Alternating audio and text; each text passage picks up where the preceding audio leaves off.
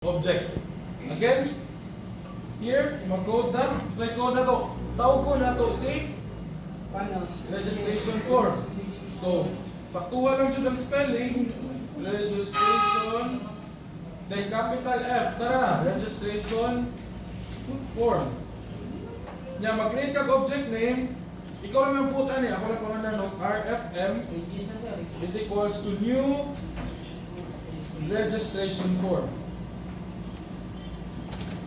Then, now. After that, we will use object RFM that set visible true. Kailangan na to. Ang nahitapuan eh, tara. Pag-click nyo sa sign up, pag-click ang sign up, magawas ang registration form. Legit siya. The problem, wag pa tanong man, the problem is naagihapon sa Rio si login. Di man naangay, ba't di man naka-design? So to do that is, butangan, sumpayan rin mo o tawag mo mo ang current form, and to call the current form is we use the keyword this class. So we're referring to this current class. This, that, this. You can even hide. You can even use hide. So I will use this post lang. So pag run, hindi kalahian sa hide kung this post. Ang hide, if na ay mga nakasuwat sa field, hindi ito mawala. So initat ka dito Michael, na imurang i-hide. Ang Michael mo retail ito. Pero kung imong i-dispose, may kabalik ni mo dito, limpyo ka na. So, asa ang mas adjustable? Pindot ang dispose to make everything clear. So, let's say, pag-click ka na, nawala na ito ang login form, ang naano lang is the registration. How to go back? Mag-add na lang ka, or no, you can use this na lang. Cancel. So, kung i-cancel ka, now, label, ganila, events, mouse click man to.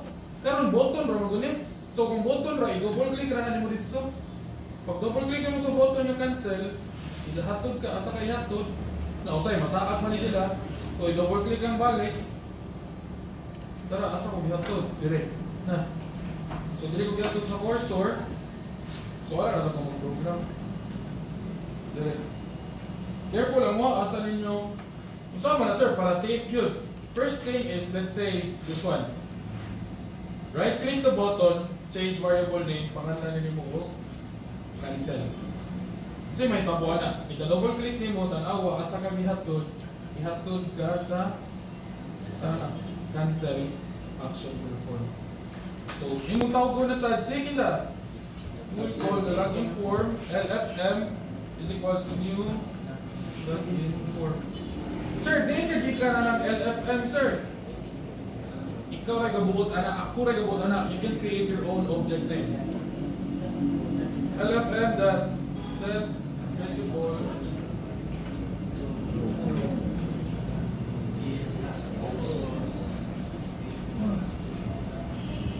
Pag-run, pwede na ka magbalik-balik. Okay, make ko alam yun. Make wait for user. Ayun siya i-dead end sa usa ka frame. Putik na sa frame na wala kay cancel button. Wala kay back button. Usually ang mga second year or third years na karon ilang butang dire og back button. They think of the user kaso naman kung ari na so ilang usually butang sila back button. Kana pinaka-phone na style ko. Pero okay ra siya. Pwede sa tingani. Yeah. The way function niya, sir, same lang yapon sa akong backboard. Same lang. Ito na tawag hapon is the dispose, tawag mo ang frame. Now, we want to add photo. Kaya boring po mga kayo ang kinabuhi. Picture na ko, sir. How to add picture here? Or photo? Kaya bati mo sa'yo kung puros na color.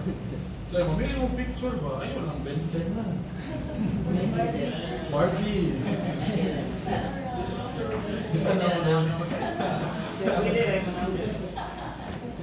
Yeah, you know. So I will find photo first. So now, careful na. In adding image, when you add image, ayaw mo pag-add of picture na nakasave sa desktop, nakasave sa downloads. Ano man, may nakuha na, kung mubali mo lang yung PC, madali itong picture na naano itong downloads. So atong buhaton is we will create a folder here para bisag asa mo dadon imong system, ang picture madaog apil. So, mag-create of Package. Package. Yes. Okay, put ang picture. Like this. Right click tab, we will create package. We will name the package as images. So natay package dire for images. So makita sa akong picture dire. Wala ko na akong picture dire. Ano sa join ang mga picture ha? Ito na picture na mo duha, sir. PNG, naka-PNG. O, kani, sample, kani o, naka-PNG. You can use this one. So, i-drag lang na po pa dun sa image. And I will find another more pictures here. I think that will be.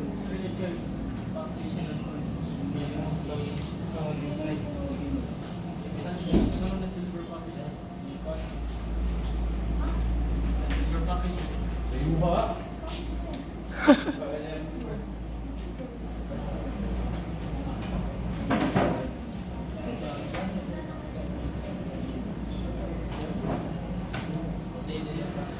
And then magbutang og image. So na ako'y tulo ka picture dere.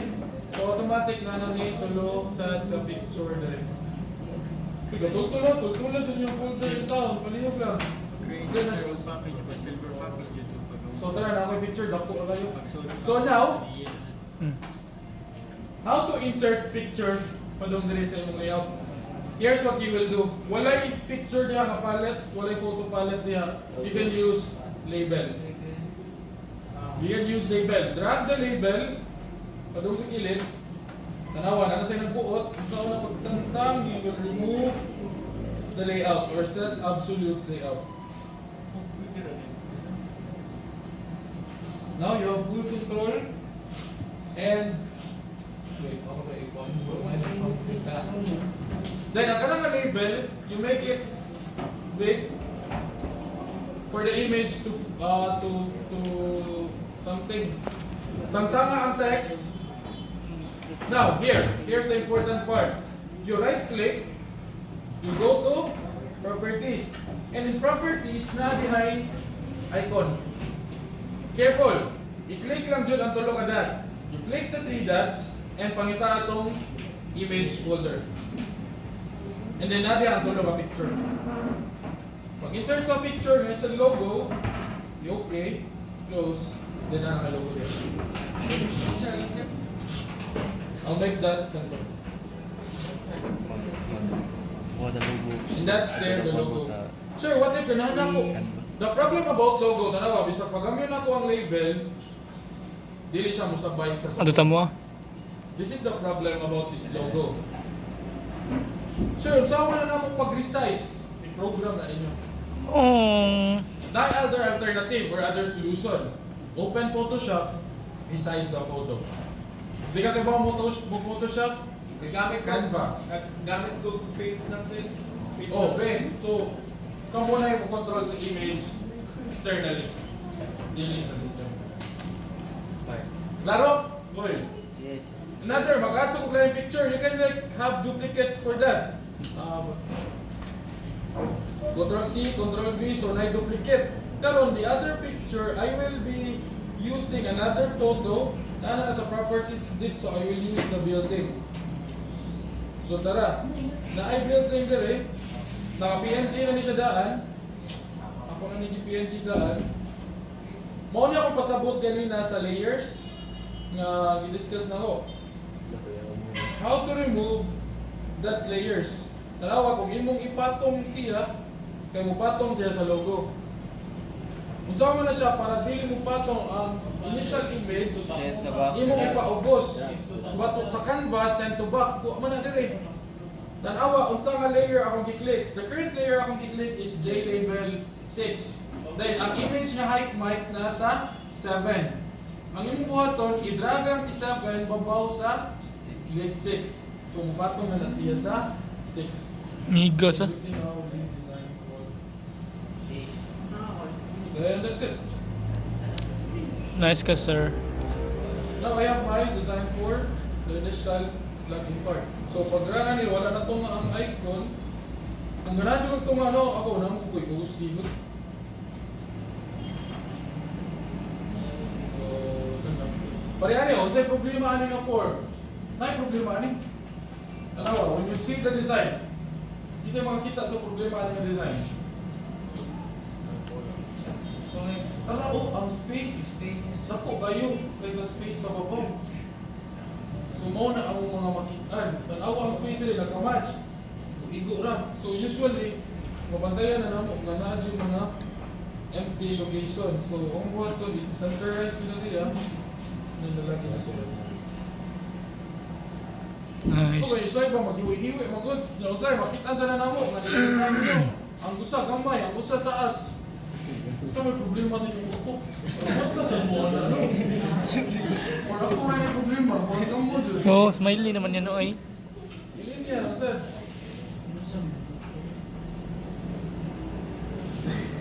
Na, yan na, lapas-lapas. So, as much as possible, i-trigger ang OC sa inyong utok yun para pag rana na, then it would look like this. It would look like a system na yun. So, walang kita kayo mga program, basta ang design hindi. Pamu, ang design. Yes. Ang design, bati mo program, bati mo design, bati mo dyan na. Oh! Ano yan? May Ano na sa akin? So, here. Now, would you put the design as well here sa registration? Copy. Kapihan na lang. Shift, gapon, sir. Oh, shit. Taas naman.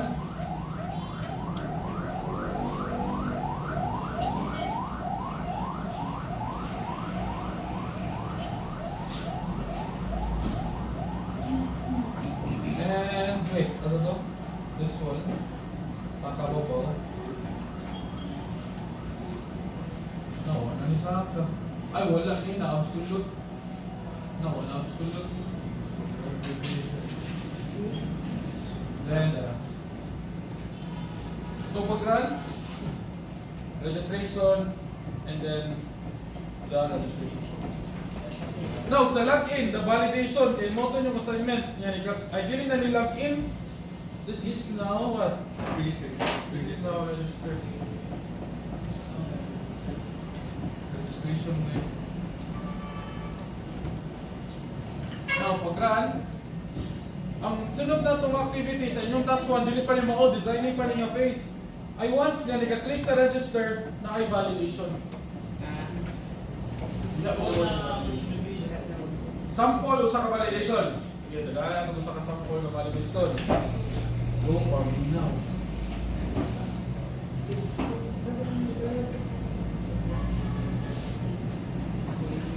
Here's sample validation. It's very important sa imong layout or sa imong form, kaila ka. Sa ng kaila. Mura na ko na sa programming. So, kung ano pagkaibaw, masudlan na siya. We put that as variable. So, mag-set out variable. And to set variable name here, ang sudlanan ra imong set ng variable name. So, the variable name for this Hindi one ka sinda na ni. Saman. Para asa mo Tikibot, na tikibot, data tikibot, tikibot. for first name. So again, kung mag-variable name ka nga, di pwede na i-space, di pwede mag-start with number, dito ng mga rule. So ako, tapulan lang ko, F-name. Or sige, dito na lang, Fn. Kani kay, change variable name, Ln. Kani, change variable name, Em. For this is change variable name, UT. Change variable name, UN. This one is PS. So, how to know nga na-ilis na ng variable, makita na natin na. FN, PS, LN, so, kana. Now, mag-code na ta. Since kailangan na sa atong mga content, you double click the register. Asa mo gihat to dire. Program na ta. First name, tawag ko na to si first name. if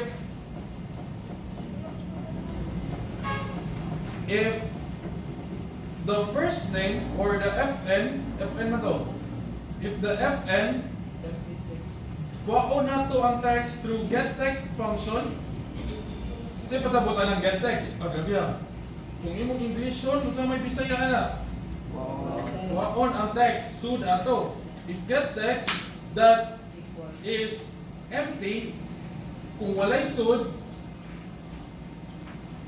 butang ka daog, kani, I will use J option. Careful sa capitalization na, that's capital J, capital O, capital P. That show message dialog, this is null, and what's say message? All fields are required.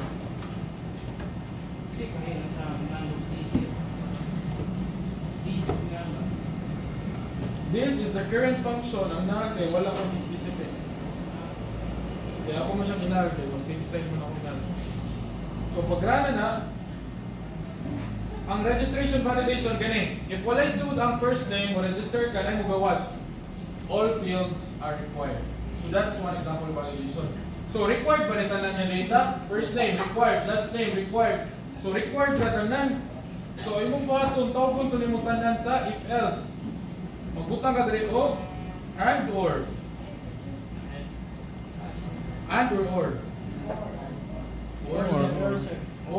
ln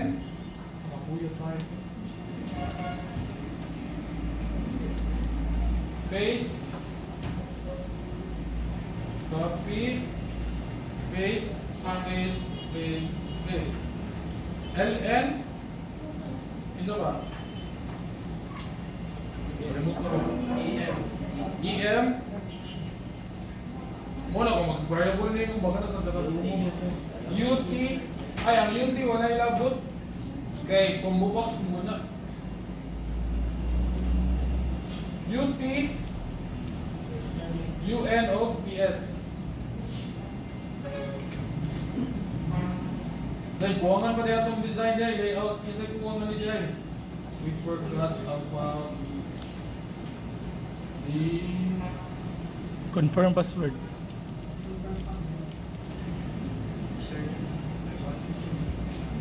confirm I know almost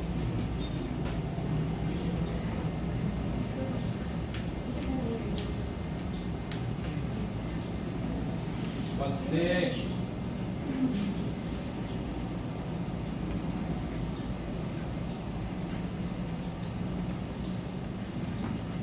and then yeah parang lang makapulit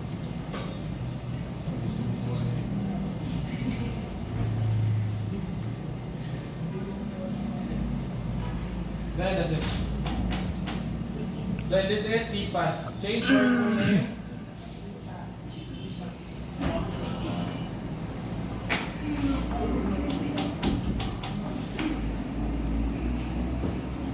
Then we continue the code at isa for here. CPAS. Or ay nakalagay. CPAS that IPS dito, dito pass. PS that can text that is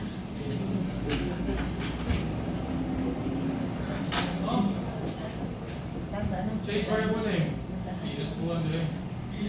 So PS save and then pag run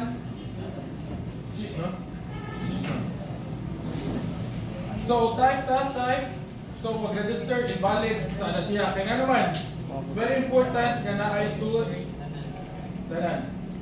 So, register na. So, wala na invalid. Kailangan naman tanan. But if wala, all fields are required. So, unsay validation sa user type? That's a good. Mag-add ta diri sa model. Say model. Mag-add ta diri og sa man kinaunhan. Ang kinaunhan select user type. Okay. Karon, select user type. Utang ka diri validation usa, ay sakto na rin pagusta rin. Unsa kay pangalan to UT no? Yes, sir. Ano na lang? If UT that di na siya get text that set selected item or index is equals to 0, set selected, let me clarify that UT that set ito na to dagan gumi set element OP tara na set selected ay dili din siya equals this is set selected 0 index 0 kinsa man nasa index 0 kung naka-array siya kinsa nasa index 0 ang kadtong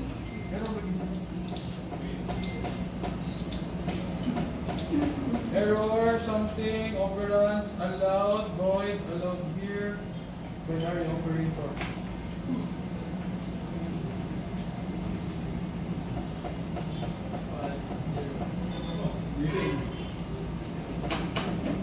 Malimot ko, I will call my best friend Jaminal.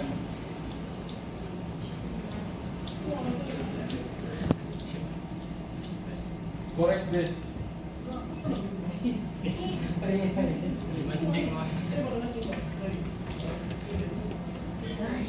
Java net base. Correct this.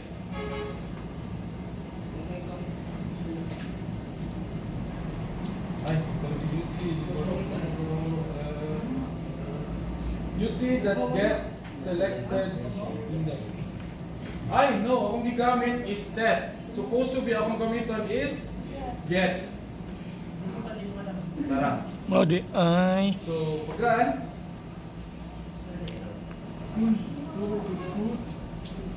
Register, invalid. So, type ka. Type. Pag-register, invalid siya. Kay, wala pa magkagipili niya user type. So, you select user type. Admin. Dahil wala na ang error. Pwede ang validation iba ba? Specific. I have criteria for validation. Task 2 is kani. Maka-discuss pa kayo ron? Di na sir. Pero ako gibuhat. Create, update, o delete. Okay lang? Oo. Update, delete. Alang. Pati sa pagka... Insert data to database. Hoy, sabot na. Ang gamit ko na itong database is MySQL and the DBMS nga itong gamiton is dili na mag-SQLite kay nag-is the ano lang mo nag-sum na sa daw mo ni Sir Aris. Sir Celine, Sir Aris. So, ato na lang ipadayon ang sum. Actually, sa'yo naman sir.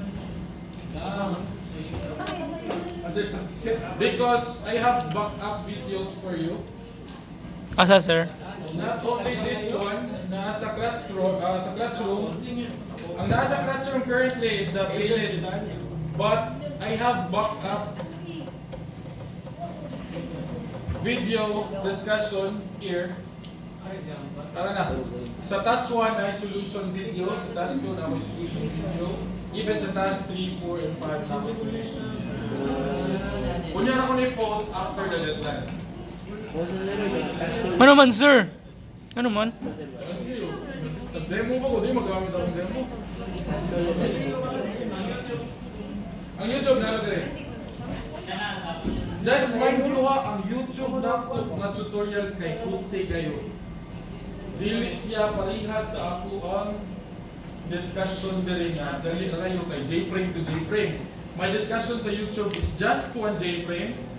Magpuli-puli ang content sa usang J-frame using J-desktop frame. So, mas hassle ang yung design. Ingani ang output, kung ma-follow ninyo sakto ang sa YouTube, here's how your output would look like. Kaning sa usan ako ka project. Ito naging sa If mahuman ninyo tanan ang ang inyong result ato. Tanawa, walay, dili ma full screen, dili ma resize, dili mo balin-balin. Ituyo ko na para di mahilangtan sa user ang content. So mag-login tayo, nasa tayo register diri. Balik na diri and then let's say Mike, na mo yung account ani. Then nasa tayo mga designing like this. Wala ko gagamit og button, gagamit ko og panel. Ako nang decode kung ang mouse musud sa panel, musab ang color. Kung mugawas, musab ang color. We call that as hover. So mag-login, login success. Then nasa ta diri dashboard. We have tables examples. We can add na gali ani. Back is extra. And we can even delete a data. Yes. Ma-delete ng data, then maka-edit sa data, ma-update na to. Pag-update na updated successfully. So, complete CRUD na ni siya if ganahan kag-advance you can link code one day to watch all the videos of kani ang mga output. Hindi madaw one day eh. Kaya kasi pagdating sa Kuya, ito sa. Ano eh? At-points ko ni? pag-correct ba sa Database? Mao na ko discuss next meeting diri na gihapon si config na to na video next door. Nasa na sa tutorial? Tutorial. sa Your assignment for now is the task 1. But dapat na mo i-log in